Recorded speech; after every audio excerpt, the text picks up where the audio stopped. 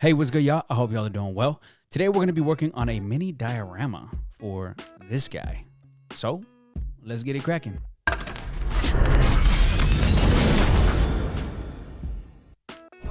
Now, I don't know about y'all, but are y'all looking to like level up, you know what I'm saying, the presence of your kits as they're sitting in the display stands or at your desk or wherever it is that they're at without kind of taking up too much room? So this is what I'm going to be doing today. Now, this is a small version. This is a coaster, a Cork coaster that I picked up at my local hobby shop. I think it was like $1.50 for a pack of 4 of them. And I thought it'd be dope to do a little display stand for, the HG kits. So this is what it would potentially look like. Now, this is nothing new. Tons of people are using Cork for dioramas. I'm just trying this out to see what it looks like. And if you learn something, great. So obviously, using Cork for dioramas is nothing new. There are tons of people who use Cork for dioramas. So this is my first attempt at using Cork for dioramas. And so we're going to see how this goes. Usually what I would do is I would primer this first. So let's go ahead and do that. All right, so I'm just gonna put some, dabs of black primer on here. And the reason why I'm doing black is because I want this to look like asphalt. So maybe that's not enough. Cool. Yeah, so the look I'm going for on this one is asphalt, or like concrete, I guess you would say. So I'm just gonna go ahead and paint all this. I should probably wear gloves, huh? So it doesn't get everywhere.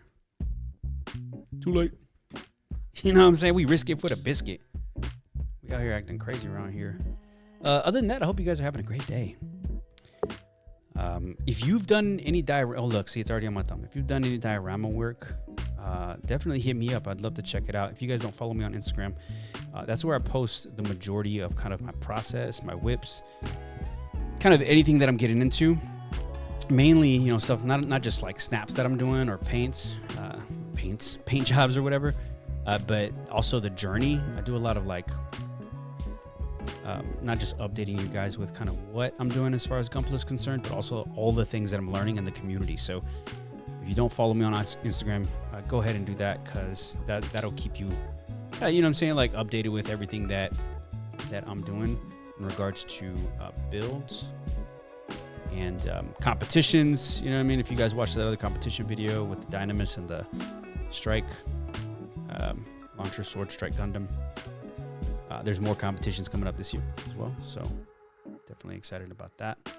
So we're gonna go ahead and let this dry real quick. All right, y'all, so some of the things I forgot to mention were kind of your supplies and what you're gonna need, right? Cork, obviously I said I got that at the hobby store, about $1.50 for a pack of 4, depending on where you're at. Obviously it's gonna depend on the price.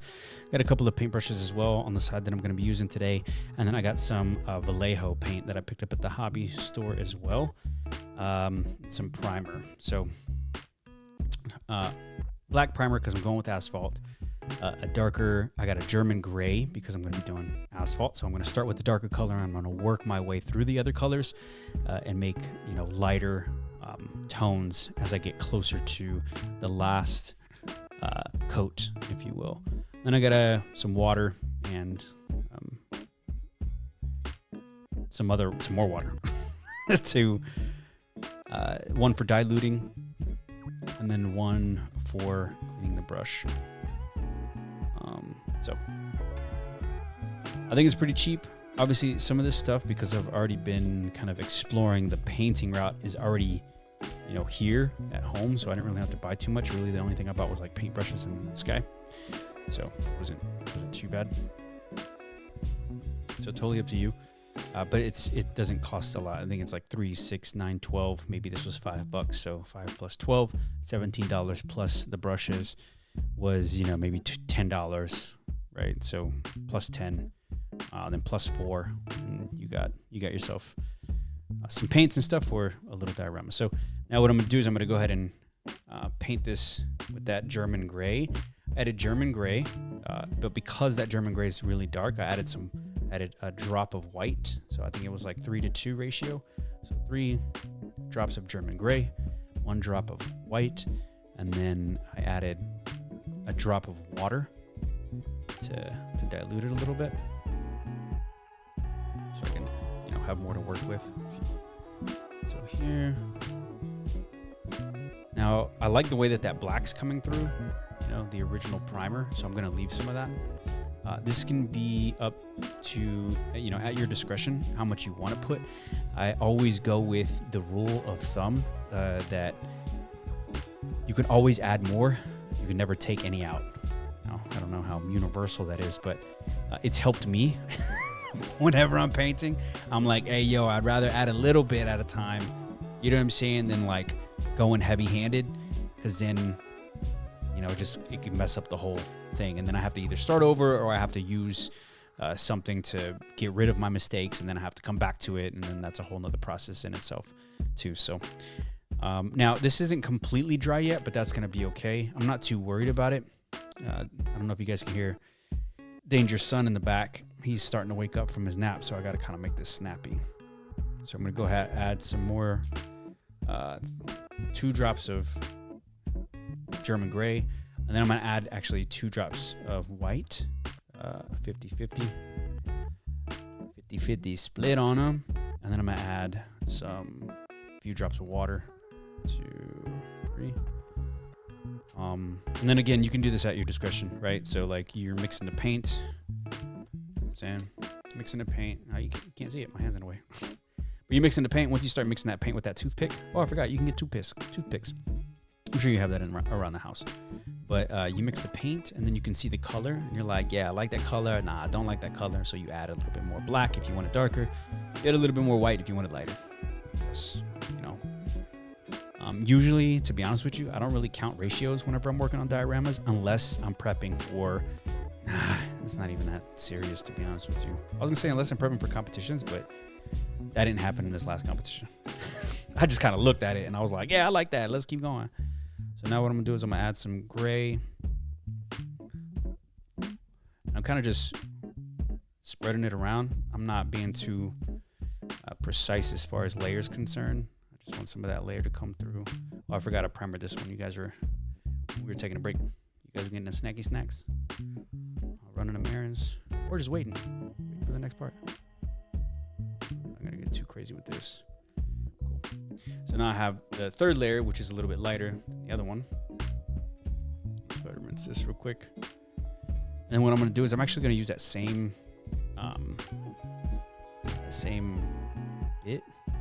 piece, same. I don't know what you call this, y'all. What is this called? Who knows? Crevice? Concave bowl? I don't know. Is that what a bowl is? Concave?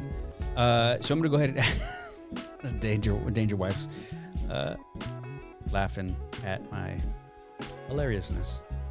And then I'm gonna add some more. Let's see, a couple water drops. I think I might have overdone it with the water, but that's all right. We out here. So now what I'm doing is my third coat is going to be a lighter coat. And I think what I'm going to do, to be honest with you, see, I don't like that. That's a little too light for me, maybe. But let's see. So now what I'm going to do is I'm going to take a sponge. Oh, yeah, I forgot. You can get a sponge. You can also probably do this with like dry brush, right? You probably already have a dry brush around. So I'm just going to go in. I'm going to start dabbing little bits of, space. I'm probably going to cover the whole thing, to be honest with you. I'm going to cover the whole thing with this. And the dab is just getting those spots in there. And I'm also brushing to kind of blend. So again, this is going to be to your eye. You know what I mean? For me, I not only watched other people do like asphalt or concrete dioramas, but I also, not just in the Gunpla space, but like just in models in general. And I also looked at a couple of miniature artists on YouTube that you can find.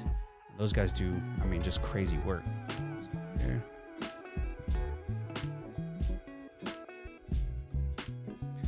See that? Now it's kind of looking like, let me see if I can put that in. Got manual focus on because autofocus is doo-doo right now. This is what it looks like. It's not bad. I also bent some of that cork. So, and if you're happy with this, you know what I mean? I could probably do a little bit more. A couple more dabs of white. I'm using this extra one because this was the leftover from the first pass that I did. There was still some in there. So I want to be resourceful, y'all. You know what I mean? So I'm going to go ahead and add a little bit more of the lighter tones to it, just to pull that concrete out a little bit more. This, dab it out. So I don't get too much on there. I'll overdo it. Remember how I told you guys I'm heavy-handed. So just be a little careful. Smear that part. It's a little thick. Smear that part. Oops. See how? Look at that. See, y'all? Oh, I didn't even put it back in focus. My bad. I should have said something. I'm just kidding. All right, so look, now it looks like the moon. What's going on? All right, I gotta kind of get that out. A little brushy brush, get that out real quick. All right, cool. We back in business, y'all. Back in business. All right, that's not bad. You know what I mean? I like it. If you want, you can probably end here. This is, good. I'll go ahead and I'll do, a shot of this, but this looks good. And then you just set homeboy on display and you're golden. However, because I like doing the most, I'm actually gonna add a little bit of brown. Why? Because there's got to be dirt somewhere. You know what I'm saying? So I'm gonna do 2 drops of white. I'm gonna do 2 drops of brown. This is a flat earth. I'm gonna do 1, 2, 3. I'm gonna do 3 drops of water. We're gonna start this bad boy up.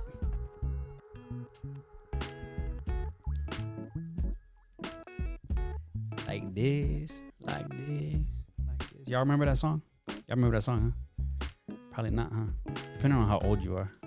If you remember that song, hit me down in the comments. Let me know what song was it. And then, you know what I'm saying? Did you get down in the dance floor in your 8th grade dance? All right, so here we go. So I like the color of this brown, so I'm just gonna this one is not too much at all. This is just kind of like an accent color that I'm doing on here. It's just to pull and create that environment that this is concrete. However, it's in an area where there's like dirt and dust, so it's kicking up. You know what I mean? So that's what this is for. And y'all hear my son in the back? So this is actually really good. I'm pretty happy with this, and I'll probably leave it like that. And then you got a little diorama, you know what I'm saying, for a little homeboy. So let's go ahead and take a look. All right, guys, that's going to be it for this video. Let me know down in the comments what you think. Now, personally, I would go with a thicker base. I feel like the coaster and the cork was a good idea. However, it is a bit thin, so there's no real dimension to let you know that the Gundam is in a different place. However, I did have some stuff laying around from other dioramas that I was tinkering with, and so here's a fence to kind of add a little bit more dimension or environment. Here is some prefabricated AK landscape that I got from a hobby shop to try out. So I just threw this on here so you guys can check it out. Here are some crates that you would find in shipping yards. Again, you can kind of like make your little base whatever you want to portray. And then some smoke plumes that I made out of, I think it's like pillow stuffing and just spray painted. Go ahead and hit that like and subscribe, and I'll catch you on the next video.